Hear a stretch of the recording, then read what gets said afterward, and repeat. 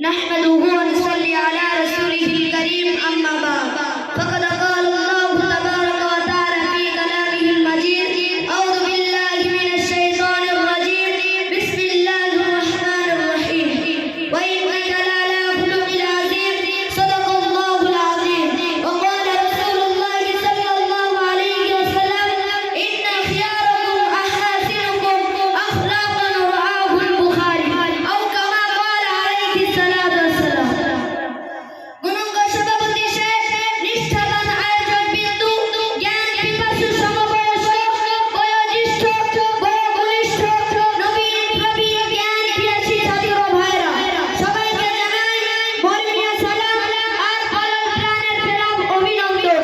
ভক্তি ভজন বিচারক মণ্ডলী হিন্দু ধর্মের শাস্ত্রে আছে মলয় মূর্তিতা দেবাদ অকারান্তে প্রকৃতিত বিষ্ণান ভঙ্গের সদা শাস্ত্র সমৃতা হতর্বৃন্দ মহাসুরেন্দ্র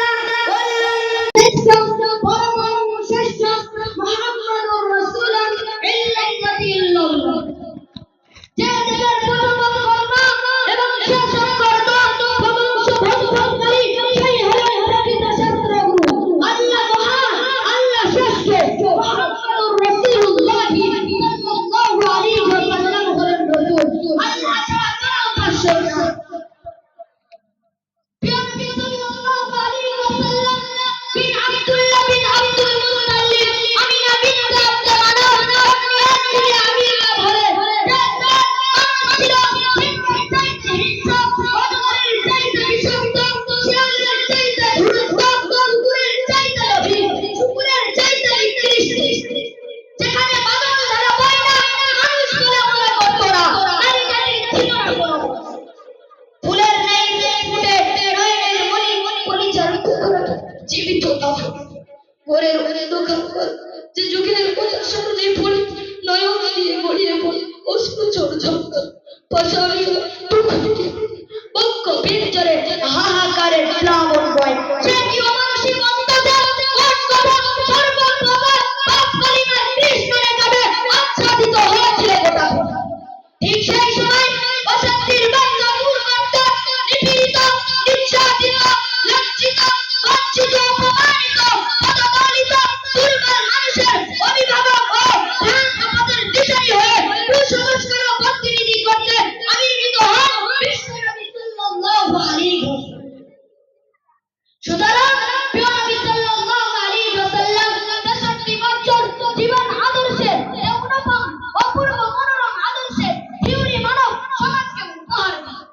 তাই হিন্দু মুসলিম ইহুদি খ্রিস্টান শিখ পারসি শিশু যুবক রাখাল কৃষক ছাত্র বৃদ্ধা ধনী গরিব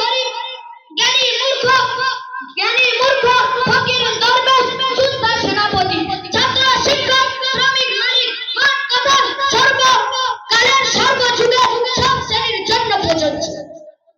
যে আদর্শের কথা পাওয়া যায়নি রাশিয়ার নিমার্সি আদর্শ থেকে লেনিনের মতাদর্শ থেকে।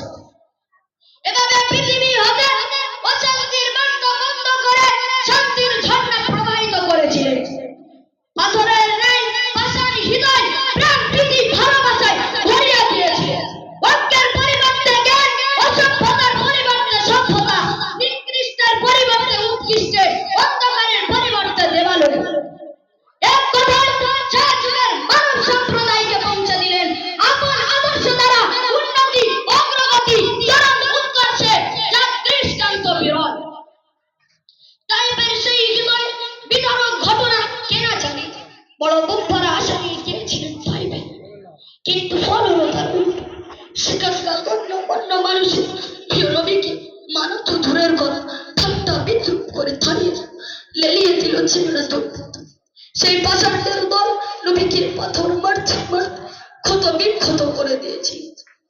তার সোনার তনু থেকে ছুটতে লাগলো প্রবাহিত পবিত্র রক্তধারা। এরকমই হুজুর সাল্লাল্লাহু আলাইহি ওয়াসাল্লামের মতো পৃথিবীতে আর দুজন মিলবে না আর পৃথিবীর শেষ লগ্ন পর্যন্ত মিলবেও না। তাহলে তাই তো প্রিয় নবীর সম্পর্কে ঊনবিংশ শতাব্দীর প্রখ্যাত বৈজ্ঞানিক জর্জ বার্নার্ড বলেন, I